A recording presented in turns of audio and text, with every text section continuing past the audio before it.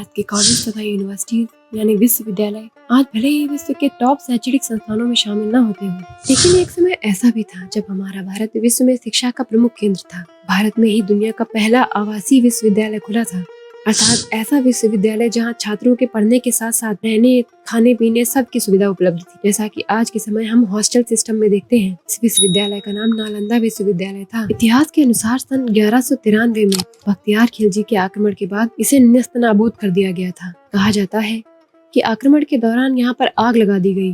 कहा जाता है कि उस समय नालंदा विश्वविद्यालय में इतनी किताबें थी, नालंदा लगभग 2 महीनों तक जलता रहा था तथा इस आक्रमण में यहाँ कार्य करने वाले कई धर्माचार्य और बौद्ध भिक्षुओं को भी मार डाला गया था। तो दोस्तों आइए विस्तार से जानते हैं कि नालंदा विश्वविद्यालय में ऐसा क्या अद्भुत था जिस कारण से बख्तियार खिलजी जैसे आक्रमणकारी ने वहाँ आग लगा दी थी तथा हमारे भारत की इस महान विरासत को ऐसी क्षति पहुँचाई कि जिसे कभी पूरा नहीं किया जा सकता। तो दोस्तों वीडियो में आगे बढ़ने से पहले अगर आपने अभी तक मेरे चैनल को सब्सक्राइब नहीं किया है तो मुझे मोटिवेट करने के लिए आप मेरे चैनल को जरूर सब्सक्राइब कर लें।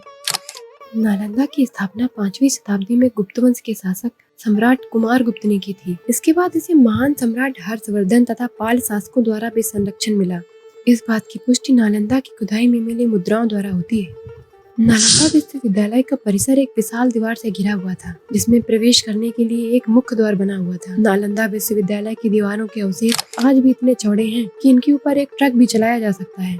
आपको जानकर हैरानी होगी कि इस विश्वविद्यालय में 300 कमरे, 7 बड़े बड़े कक्ष तथा अध्ययन के लिए 9 मंजिल का एक विशाल पुस्तकालय बना था, जिसमें उस समय 3 लाख से भी अधिक किताबें मौजूद थी। नालंदा को तक्षशिला के बाद दुनिया का दूसरा सबसे प्राचीन विश्वविद्यालय माना जाता है, तो वहीं दूसरी तरफ हॉस्टल सिस्टम के तौर पर यह पहला विश्वविद्यालय था। नालंदा विश्वविद्यालय लगभग 800 सालों तक अस्तित्व में रहा था। इतने प्राचीन समय में भी इस विश्वविद्यालय में विद्यार्थियों का चयन मेरिट के आधार पर होता था और यहाँ छात्रों को निःशुल्क शिक्षा दी जाती थी। इसके साथ ही उनका रहना और खाना भी पूरी तरह निःशुल्क होता था। इस विश्वविद्यालय में एक समय में 10,000 से ज्यादा विद्यार्थी शिक्षा ग्रहण करते थे और लगभग 2700 से भी ज्यादा अध्यापक उन्हें शिक्षा देते थे। नालंदा में केवल भारत ही नहीं बल्कि कोरिया, जापान, चीन, Tibet, Indonesia, Iran, Greece, Mongolia समेत कई दूसरे देशों के छात्र भी पढ़ने के लिए आते थे। ऐसा भी कहा जाता है कि गौतम बुद्ध ने कई बार यहाँ की यात्रा की थी। नालंदा में छात्रों को literature, astrology, psychology, law, astronomy, science, warfare, इतिहास, maths, architecture, language science, economy, medicine समेत कई विषयों को पढ़ाया जाता है। ऐसा कहा जाता है कि शून्य की खोज करने वाले आर्यभट्ट भी इस विश्वविद्यालय के कुलपति थे। चीन के 2 यात्री ह्वेनसांग तथा इत्से नालंदा के इतिहास के बारे में विस्तार से लिखा है और इसे विश्व का सबसे बड़ा विश्वविद्यालय बताया था। खुदाई के दौरान 1.5 लाख वर्ग फीट में नालंदा यूनिवर्सिटी के अवशेष मिले हैं। ऐसा माना जाता है कि ये सिर्फ यूनिवर्सिटी का 10% हिस्सा ही है। नालंदा शब्द संस्कृत के 3 शब्द ना प्लस आलम प्लस दा के संधि विच्छेद से बना है, जिसका अर्थ ज्ञान रूपी उपहार पर कोई प्रतिबंध न रखना से है।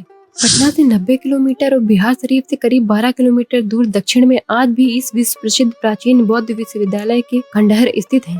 तो आइए अब जान लेते हैं कि भारत की इतनी महान तथा अद्भुत विरासत को बख्तियार खिलजी नामक आक्रमणकारी ने आखिर क्यों जलाकर नष्ट कर दिया था। इतिहासकारों के अनुसार 11वीं सदी में तुर्क आक्रमणकारी बख्तियार खिलजी ने नालंदा के कई इलाकों पर कब्जा कर लिया था, परंतु कुछ दिनों बाद ही वो बीमार पड़ गया और दूर दूर से हकीम बुलाए गए, परंतु उसके स्वास्थ्य में कोई भी सुधार नहीं हो रहा था। उसकी बीमारी लगातार बढ़ती जा रही थी और वह मरणासन स्थिति में पहुंच गया। तभी किसी ने उसको सलाह दी कि वह नालंदा विश्वविद्यालय के आयुर्वेद विभाग के प्रमुख आचार्य राहुल श्रीभद्र को दिखाए और अपना इलाज करवाए, परंतु खिलजी इसके लिए तैयार नहीं था।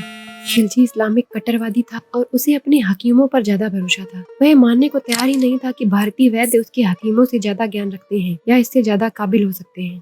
लेकिन अपनी जान बचाने के लिए उसको नालंदा विश्वविद्यालय के आयुर्वेद विभाग के प्रमुख आचार्य राहुल श्रीभद्र को बुलाना पड़ा। फिर बख्तियार खिलजी ने वैद्यराज के सामने यह अजीब सी शर्त रखी और कहा कि मैं उनके द्वारा दी गई किसी भी प्रकार की दवा नहीं खाऊंगा, बिना दवा के वो उसे ठीक करें। वैद्यराज ने कुछ सोचकर उनकी शर्त मान ली और कुछ दिनों के बाद वो खिलजी के पास एक कुरान लेकर पहुंचे और कहा कि इस कुरान की पृष्ठ संख्या इतने से इतने तक पढ़ लीजिए, आप ठीक हो जाएंगे। ऐसा कहा जाता है कि राहुल श्रीभद्र ने कुरान के कुछ पन्नों पर एक दवा का लेप लगा दिया। वह थूक के साथ उन पन्नों को पढ़ता गया और ठीक होता चला गया। खिलजी इस बात से परेशान रहने लगा कि एक भारतीय विद्वान और शिक्षक को उनके हकीमों से ज्यादा ज्ञान है। फिर उसने देश से ज्ञान, बौद्ध धर्म और आयुर्वेद की जड़ों को नष्ट करने का फैसला किया। परिणाम स्वरूप खिलजी ने नालंदा की महान पुस्तकालय में आग लगा दी और लगभग 9 मिलियन पाउंड लिपियों को जला दिया। ऐसा कहा जाता है कि नालंदा विश्वविद्यालय में इतनी किताबें थीं कि वह लगातार 3 महीनों तक जलती रहीं। इसके बाद खिलजी के आदेश पर तुर्की आक्रमणकारियों ने नालंदा के हजारों धार्मिक विद्वानों और भिक्षुओं की भी हत्या कर दी। तबाकत नासिरी फारसी इतिहासकार मिनाजुद्दीन सिराज द्वारा रची गई एक पुस्तक है।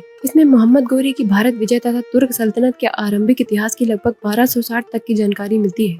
इस पुस्तक में मिनाजुद्दीन सिराज ने नालंदा विश्वविद्यालय के बारे में बताया है कि खिलजी और उसकी तुर्की सेना ने हजारों भिक्षुओं और विद्वानों को जलाकर मार डाला, क्योंकि वह नहीं चाहता था कि बौद्ध धर्म का विस्तार हो तथा वो सिर्फ इस्लाम धर्म का प्रचार प्रसार करना चाहता था। तो ये तो थी विश्व भर में प्रसिद्ध नालंदा विश्वविद्यालय की कहानी। भारत प्राचीन काल में सोने की चिड़िया कहलाता था, पर विदेशी आक्रमणकारियों ने सब कुछ लूट कर आज इसकी क्या स्थिति कर दी है। क्या आपने कभी सोचा है कि अगर ये विश्वविद्यालय अभी भी सही हालत में होता तो भारत का शिक्षा के क्षेत्र में आज क्या स्थान होता? आप अपने विचार हमें कॉमेंट बॉक्स में लिखकर जरूर बताइए। और अगर आप भी अपने गौरवशाली इतिहास की एक झलक देखना चाहते हैं तो एक बार बिहार के नालंदा विश्वविद्यालय जरूर देख कर आइए।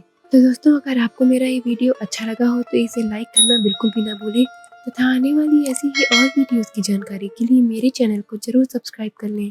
धन्यवाद।